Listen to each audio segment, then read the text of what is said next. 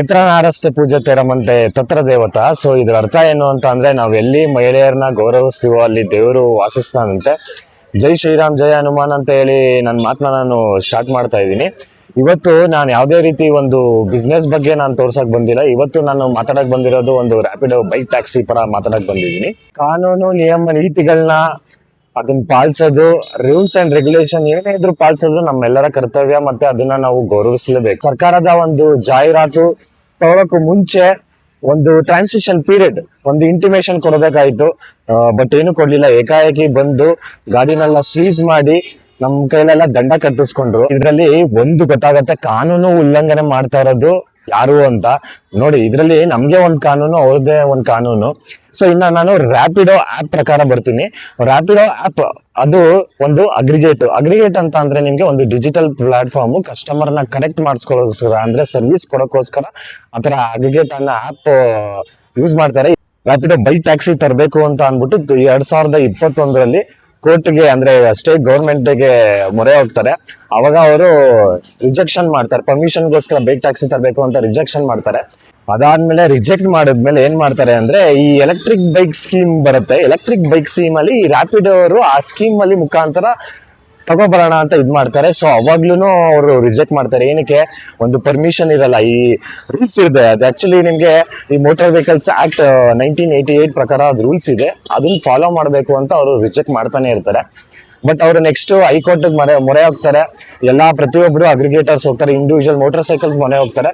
So ಅವಾಗ high court ಇಂದ ನಿಮ್ಗೆ ಹಾಜರಾಗತ್ತೆ. ಏನಂತ ಹಾಜರಾಗತ್ತೆ? ಓಕೆ ಮಾಡಿ, ಒಂದು ರೂಲ್ಸ್ ಪ್ರಕಾರ, ಒಂದು ಪರ್ಮಿಟ್, ಒಂದು ಲೀಗಲ್ ಫ್ರೇಮ್ ವರ್ಕ್ ಪ್ರಕಾರ ಪರ್ಮಿಟ್ ಕೊಡಿ, ಪರ್ಮಿಷನ್ ಕೊಡಿ ಅಂತ ಅನ್ಬಿಟ್ಟು, ಬಟ್ ರೂಲ್ಸ್ ಫಾಲೋ ಮಾಡಬೇಕು ಅಂತ ಹೇಳ್ತಾರೆ. ಕಂಟಿನ್ಯೂಟಿವ್ ಆಗಿ ಜಾರಿ ಆಗತ್ತೆ, ಬಟ್ ಆದ್ರೂ ರೂಲ್ಸ್ ಫಾಲೋ ಮಾಡಲ್ಲ. ಇನ್ನ ಮೋಟಾರ್ ವೆಹಿಕಲ್ ಆಕ್ಟ್ 1988 ಪ್ರಕಾರ ನಿಮ್ಗೆ ರೂಲ್ಸ್ ಬರುತ್ತೆ, ಅಂದ್ರೆ ಸೆಂಟ್ರಲ್ ಮೋಟಾರ್ ವೆಹಿಕಲ್ ರೂಲ್ಸ್ ಬರುತ್ತೆ. ಅದರಲ್ಲಿ ನಿಮ್ಗೆ ಗೊತ್ತಾಗತ್ತೆ ಪ್ರತಿಯೊಂದು ಟ್ರಾನ್ಸ್ಪೋರ್ಟೇಷನ್ ಆಗಿರ್ಲಿ, ನಾನ್ ಟ್ರಾನ್ಸ್ಪೋರ್ಟೇಷನ್ ವೆಹಿಕಲ್, ಪ್ರತಿಯೊಂದಕ್ಕೂ ರೂಲ್ಸ್ ಇದೆ ಅದರಲ್ಲಿ.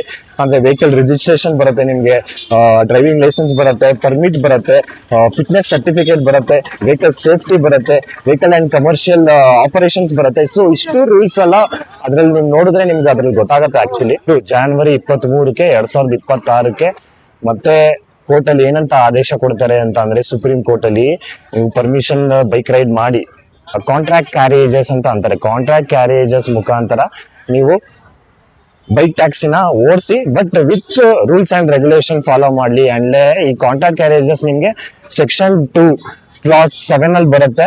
ಸೊ ಕಾಂಟ್ರಾಕ್ಟ್ ಕ್ಯಾರೇಜಸ್ ಅಂತ ಅಂದ್ರೆ ನಿಮ್ಗೆ ಕಾಂಟ್ರಾಕ್ಟ್ ಪ್ಯಾಸೆಂಜರ್ ಇವಾಗ ಒಂದು ಬುಕ್ ಮಾಡ್ತಾನೆ. ಸೊ ಅಂತವ್ರಿಗೆನೆ ಕರ್ಕೊಂಡೋಗಿ ರೈಡರ್ ಅಂತವ್ರಿಗೆ ಪರ್ಟಿಕ್ಯುಲರ್ ಹೋಗಿ ಬಿಡ್ತಾನೆ. ಸೊ ಅದನ್ನ ಒಬ್ರಿಗೆ ಪ್ಯಾಸೆಂಜರ್ ಈಗ ಒಬ್ರಿಗೆ ಮಾತ್ರ ಬಿಡಕೋದು, ಅದನ್ನ ನಾವು ಕಾಂಟ್ರಾಕ್ಟ್ ಕ್ಯಾರೇಜಸ್ ಅಂತ ಅಂತೀವಿ.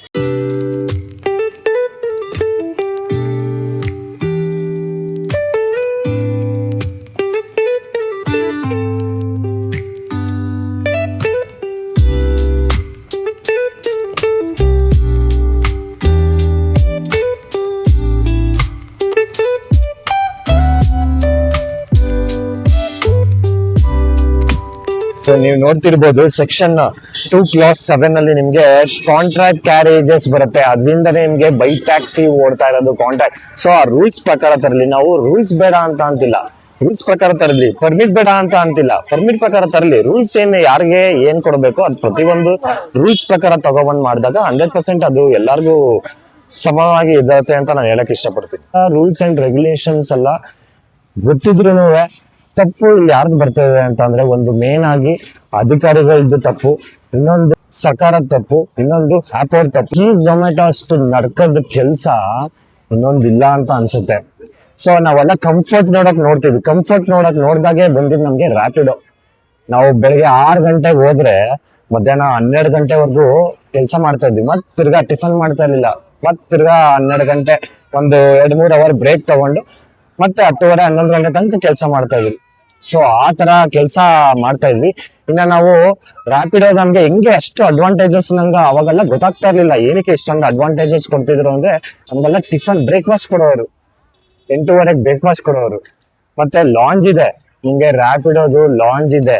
ಎಲ್ಲ ಬರೀ ರ್ಯಾಪಿಡೋ ಬಗ್ಗೆ ಏನಕ್ಕೆ ಅಷ್ಟೊಂದು ಮಾತಾಡ್ತಾ ಇದ್ದೀನಿ ಅಂತ ಅಂದ್ರೆ, ಬೆಂಗಳೂರು ಜೀವನ ಆತರ ಇದೆ.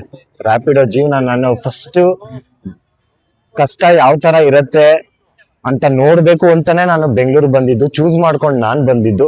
ಬಟ್ ಬೆಂಗಳೂರು ನನ್ಗೆ ಜೀವನ ಯಾವ ತರ ಇರತ್ತೆ, ಜೀವನದ ಪಾಠ ಯಾವ ತರ ಇರತ್ತೆ ಅಂತ ತಿಳಿಸ್ಕೊಟ್ಟಿದ್ದು ನಂಗೆ ಬೆಂಗಳೂರು. ಕಷ್ಟ ಯಾವ ತರ ಇರತ್ತೆ, ಕಷ್ಟ ಬಂದಾಗ ಯಾವ ತರ ನಿಭಾಯಿಸ್ಬೇಕು ಅಂತ ತಿಳಿಸ್ಕೊಟ್ಟಿದ್ದು ಬೆಂಗಳೂರು. ದುಡ್ಡು ಯಾವ ತರ ಇರುತ್ತೆ, ದುಡ್ಡನ್ನ ಏನಕ್ಕೆ ಸಂಪಾದನೆ ಮಾಡ್ಬೇಕು, ಒಳ್ಳೇದಕ್ಕೆ ಖರ್ಚು ಮಾಡ್ಬೇಕಾ ಕೆಟ್ಟದಕ್ಕೆ ಖರ್ಚು ಮಾಡ್ಬೇಕಾ ಅಂತ ತಿಳಿಸ್ಕೊಟ್ಟಿದ್ದು ನಂಗೆ ಬೆಂಗಳೂರು. ಊಟ ಯಾವ ತರ ಇರತ್ತೆ, ಪರಿಸ್ಥಿತಿ ಎಷ್ಟು ಕಷ್ಟ ಪಡ್ತಾರೆ ಊಟಕ್ಕೋಸ್ಕರ, ಊಟದ ಬೆಲೆ ತಿಳಿಸ್ಕೊಟ್ಟಿದ್ದು ನಂಗೆ ಬೆಂಗಳೂರು. ಜನ ಯಾವ ತರ ಇರ್ತಾರೆ, ಜನ ಯಾವ ತರ ಚೇಂಜ್ ಆಗ್ತಾರೆ ಅಂತ ತಿಳಿಸ್ಕೊಟ್ಟಿದ್ದು ನಂಗೆ ಬೆಂಗಳೂರು.